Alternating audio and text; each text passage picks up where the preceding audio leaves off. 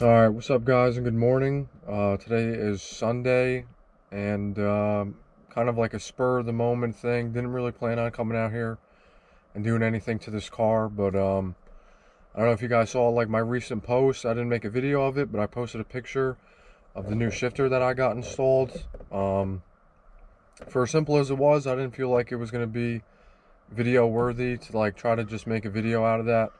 But in this video I will be showing you guys that and going a little bit more into depth, you know, about the shifter and all of that. When I was out here doing the shifter, I mean, this car is just extremely filthy. It's time for a good clean, and by good clean I think it's time to just gut this thing out.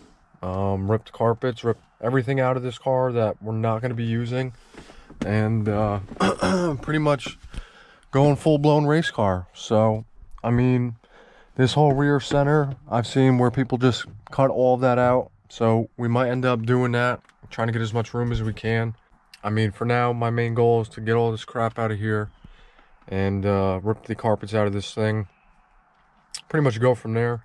If you guys notice, we have a shifter installed now so we can bang gears. It's pretty sturdy. I mean, this is like a short throw shifter as well, but I mean, like the straight mechanical connection of this thing, it just feels like super sturdy, like straight race car. But let me show you guys. So the whole plan is to definitely run the center console still, and you know, the shifter boot and most of the dash and stuff like that. So we got this thing to line up in like the factory hole, so that's pretty exciting. And if you guys look, that's pretty much the giveaway right there.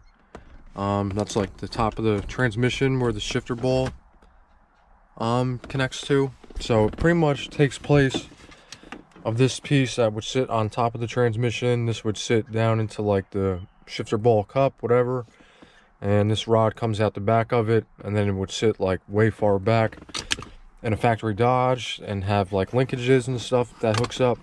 So if you guys see, we could still run our weather boot. If you guys check it out, nice and shiny. This is a top mount shifter from Sicky Manufacturing. I know they offer these for like the TR6060s and the T56s. So I was able to get into contact with them. Pretty confident in that it would work, so ordered it up. We took some guess measurements as far as where this ball was to where I'd want it. So this is a 6-inch offset shifter. And like I said, we got this thing pretty dead even with the factory transmission shifter hole. So pretty happy with that. And definitely happy with like the quality of this. And it's just one more step to cross off the list. So that's pretty exciting. For now, I'm going to get all this junk and stuff out of here, and I'm going to start tearing this car apart. So stay tuned.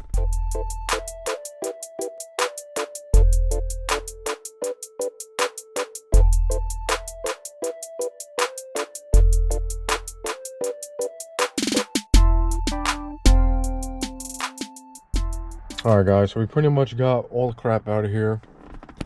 If you guys look, that's all mold. This whole carpet on the side is soaked. I guess because where the wires came through the firewall, even though I taped it off just from over time, whatever, water's gotten in, so all that stuff down there, that's all like frozen water. I mean, I wish you guys can smell in here because it just smells musty. So that's pretty much why I'm doing this. So pretty much get this thing all gutted out, full race car. The biggest thing, again, with not having power, these are power seats, so I'm probably gonna have to hook up something just to like, to get these seats out. I gotta get to the bolts that are in the back, and I gotta move the seats forward for that. So I'm pretty sure this is the motor right here. I just touched it, wires got pretty hot, pretty much burned myself, but it did start moving. So hopefully I can get the seat to go forward enough just by using this. This would be a good time to have a power probe, but I don't have one. So we got a little jumper box and some wires, and let's see if we can't get hurt. And I don't know if you guys can see, but I want you to see in case something bad happens. It's working.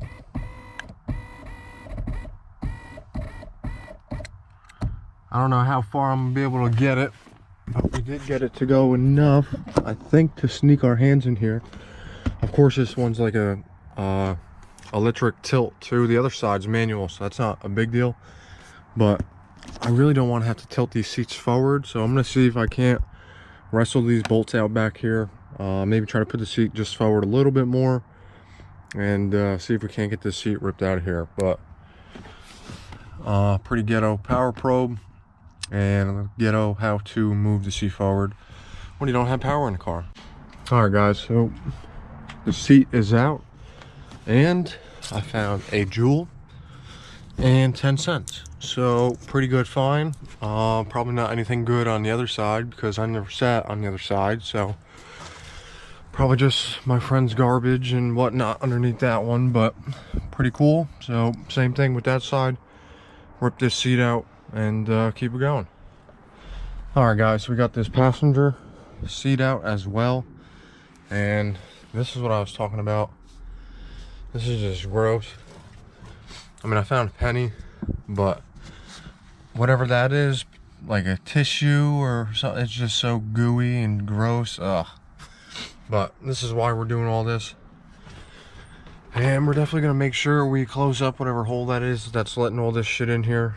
But I mean, now that we got to this point, get all this stuff back out and tear this carpet out.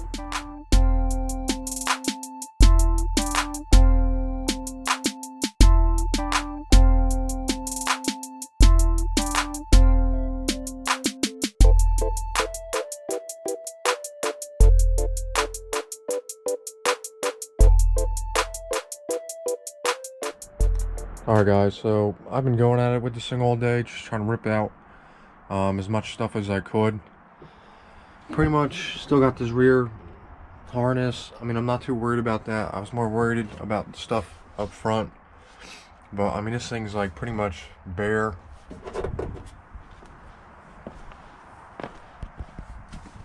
So the whole plan is to get rid of this whole back speaker piece, you know. All these spot welds get drilled out, and once this thing's gone, this thing all opened up. This way you can put like a roll cage, and you can have like the roll cage harness bars, so you can run like harness seat belts. I mean, I still got to do the dash and pull out all that, but I mean, it's getting late. I don't think I'm gonna have time to do that today. But all right, so this is like the following few weeks. I haven't had time to come out here, but pretty much just been going at it with this thing, trying to get this rear subframe out. It's pretty straightforward as far as just drilling the spot welds out. Back there, I kind of messed it up on both these sides. And then the harder part was these inner spot welds. There's like 2 or 3 spot welds inside of here, so you have to cut this open enough to fold this down to get in there and get those out. But she's ready to come out, so I'm gonna see if I can't kick this thing out here and get it all out.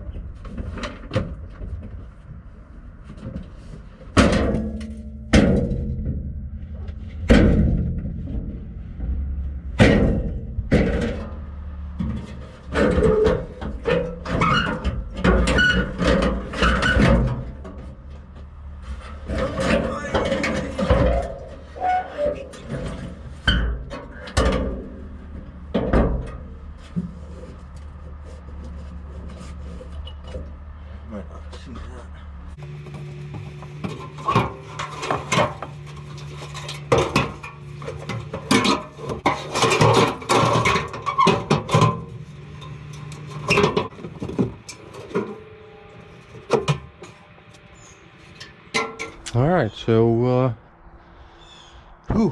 definitely got this thing out. I still want to get this piece out. I couldn't get to these spot welds, so I kind of just cut.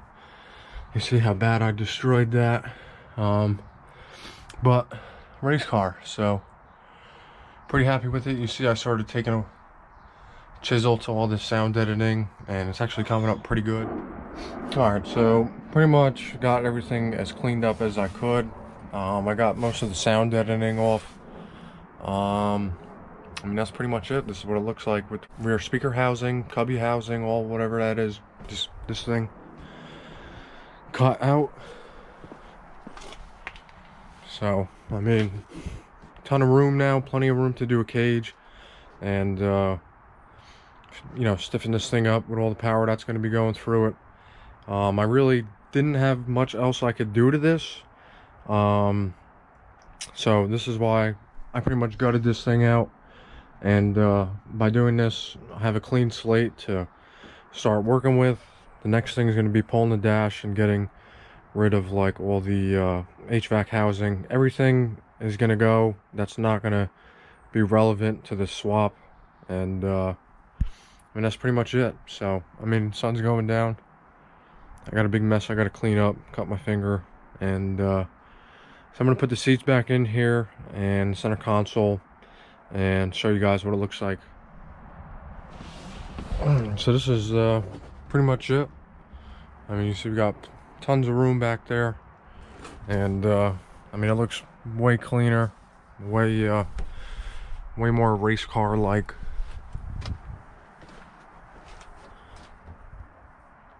So definitely happy with it. I mean, it was definitely a job in itself just to get that piece out, from drilling all the spot welds and cutting and this and that. And but I mean, overall it is out and looks pretty cool. All right, guys, so that's pretty much going to be it for this video. I mean, you guys pretty much saw we completely dismantled this interior and we got that rear speaker housing cut out. So the next step is going to be ripping the dash apart and getting rid of all the junk that's back there. And once we do that, we have a nice clean slate to start figuring out where we're going to be doing our wire harness and where we're going to be mounting like our PCM and our gas pedal. So all of that's going to be getting figured out in this next video. But again, I appreciate you guys watching, and stay tuned for the next video.